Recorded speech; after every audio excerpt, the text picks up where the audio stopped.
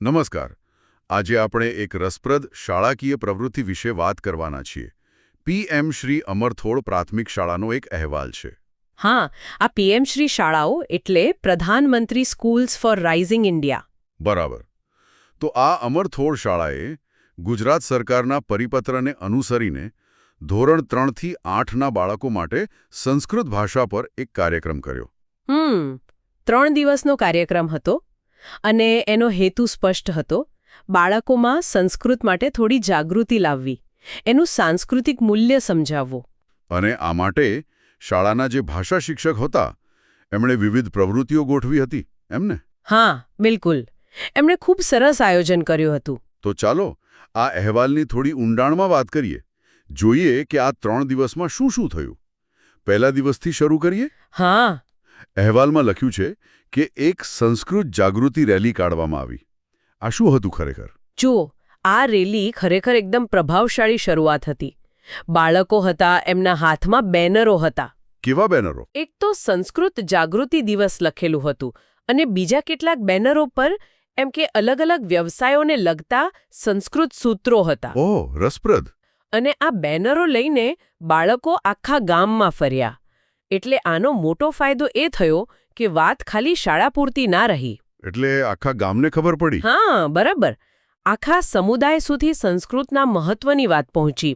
ગામના લોકોમાં પણ થોડી ઉત્સુકતા જાગી કે શાળામાં શું ચાલી રહ્યું છે. સરસ વિચાર કહેવાય. સમુદાયને જોડવાનો પ્રયાસ.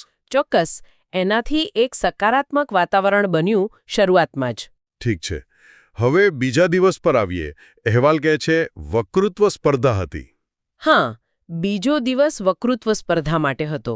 એનો હેતુ શું હતો અને વિષયો કેવા રાખ્યા હતા? મુખ્ય હેતુ તો એ જ કે બાળકો સંસ્કૃત વિશે વિચારે અને પોતાના વિચારો રજૂ કરે.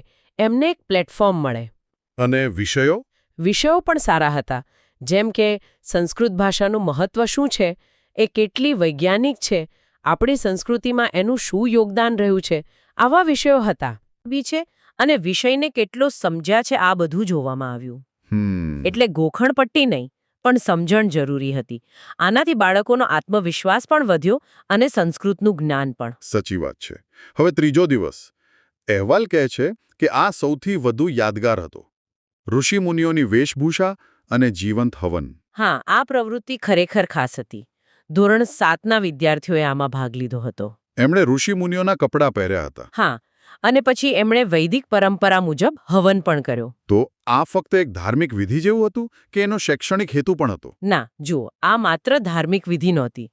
આને તમે પ્રાયોગિક અને અનુભવજન્ય શિક્ષણ કહી શકો. કઈ રીતે? એટલે કે બાળકોએ આપણી પ્રાચીન ઋષિ પરંપરા અને હિન્દુ સંસ્કૃતિનો સીધો અનુભવ કર્યો. ઋષિ જેવા દેખાવું અને પછી હવન. હવન એટલે પેલી અગ્નિવિધિ? હા, વૈદિક મંત્રોચ્ચાર સાથે. જ્યારે બાળકોએ આ બધું જાતે જોયું, સાંભળ્યું, અનુભવ્યું, મંત્રોનો અવાજ, હવનનો ધુમાડો, એ વાતાવરણ, ત્યારે સંસ્કૃત ભાષાનું અને એની સાથે જોડાયેલી વિધિઓનું મહત્વ એમના મનમાં વધારે સ્પષ્ટ થયું. એટલે પુસ્તકમાં વાંચવા કરતાં આ અનુભવ વધારે અસરકારક રહ્યો. ચોક્કસ. ખાસ કરીને બાળકો માટે આવો અનુભવ સીધો એમના મન પર છાપ છોડી જાય છે. એમને સમજાયું કે આ ખાલી ભાષા નથી, આખી પરંપરા છે. સમજાયું. તો આ 3 દિવસની પ્રવૃત્તિઓ પછી આખા કાર્યક્રમનો નિષ્કર્ષ શું કહે છે અહેવાલ? સફળ રહ્યો? હા, અહેવાલ મુજબ તો કાર્યક્રમ ખૂબ જ સફળ રહ્યો. અને સફળતાનું કારણ એ જ હતું કે આમાં સૈદ્ધાંતિક જ્ઞાનને આવી વ્યવહારિક અને પ્રાયોગિક પ્રવૃત્તિઓ સાથે જોડવામાં આવ્યું. એટલે વિદ્યાર્થીઓએ સંસ્કૃતનું મહત્વ માત્ર જાણ્યું નહીં, પણ અનુભવ્યું. સંસ્કૃતિ અને પરંપરા માટે પણ આદર વધ્યો. આ માટે શાળાના આચાર્ય અને જે ભાષા શિક્ષક હતા એમની મહેનત દેખાય છે. ખરેખર, તેઓ અભિનંદનને પાત્ર છે. એમની દ્રષ્ટિ અને આયોજન ખૂબ જ સરસ હતું. ચોક્કસ. અને આ આખો કાર્યક્રમ છે ને, એ એક મોટો વિચાર પણ આપણી સામે મૂકે છે. કયો વિચાર? કે શું આપણે આ જ રીતે, મતલબ કે આવા પ્રાયોગિક અને અનુભવ આધારિત અભિગમથી આપણી બીજી પરંપરાગત ભાષાઓ હોય કે કળાઓ હોય કે બીજી સાંસ્કૃતિક પ્રથાઓ હોય, તો એ બધામાં પણ નવી પેઢીનો રસ ફરીથી જગાડી શકીએ? શું આ મોડેલ બીજે પણ કામ કરી શકે? હા, આ ખરેખર વિચારવા જેવી વાત છે. પરંપરાને જીવંત રાખવા માટે આવા નવતર પ્રયોગો કેટલા જરૂરી છે? બિલકુલ. આ દિશામાં વધુ પ્રયાસો થવા જોઈએ.